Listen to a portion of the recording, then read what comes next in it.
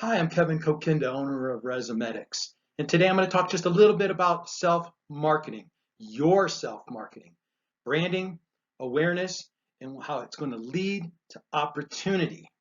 Now, a lot of my clients have reached out to me and have told me, Kevin, why am I getting so many rejections? Why am I not getting any callbacks? And this is easy. Nearly 75% of all resumes are rejected because they're not correctly formatted. And most job seekers don't know how to write their resume for the applicant tracking process. 60% of all companies are using ATS and artificial intelligence to scan a resume for relevant information for that particular position. So, if the system feels like the resume is a good match for the position, it goes off to the hiring manager. Otherwise, it's the auto rejection letter, compliments of your email.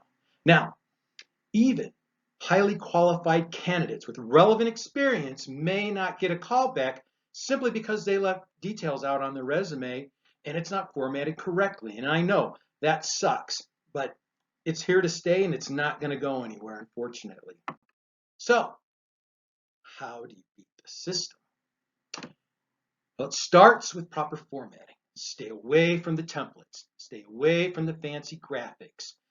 Always create your resume from Microsoft Word. Templates can throw off algorithms. Stay away from those text boxes, colors, fancy fonts, columns, asterisks. Try to stick with something as far as an Arial, Century Gothic font. Garmon's also good. Calibre, Helvetica. These are very safe, ATS-friendly fonts. You are not going to get points for a sexy resume these days. Make sure that you're using a left to right alignment. Don't have columns up and down the page or a section here and then a section down in the corner. Left to right, up and down. Now, I like to use bold type for my keywords.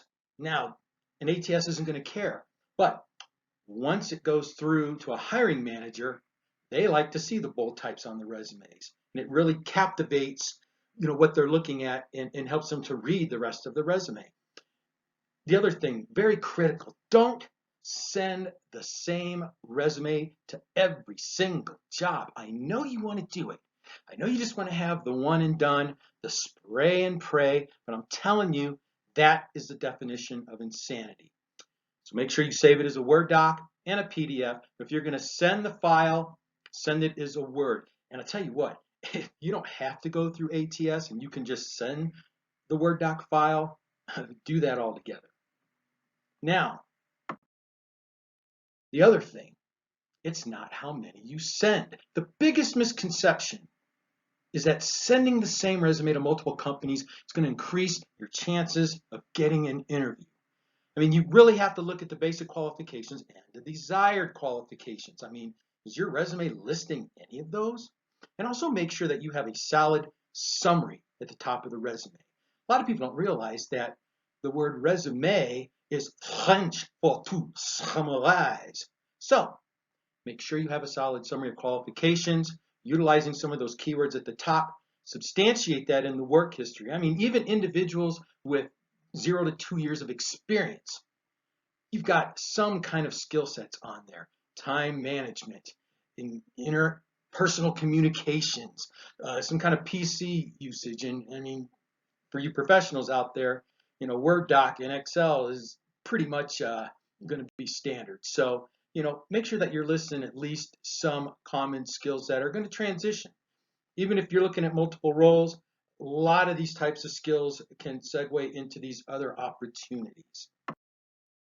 What I like to think of next is peeling back the layers, because this process, when you are self-marketing, the process is you're going to be peeling back these layers. Just because you get your resume past the ATS, that doesn't guarantee that you're going to get an interview.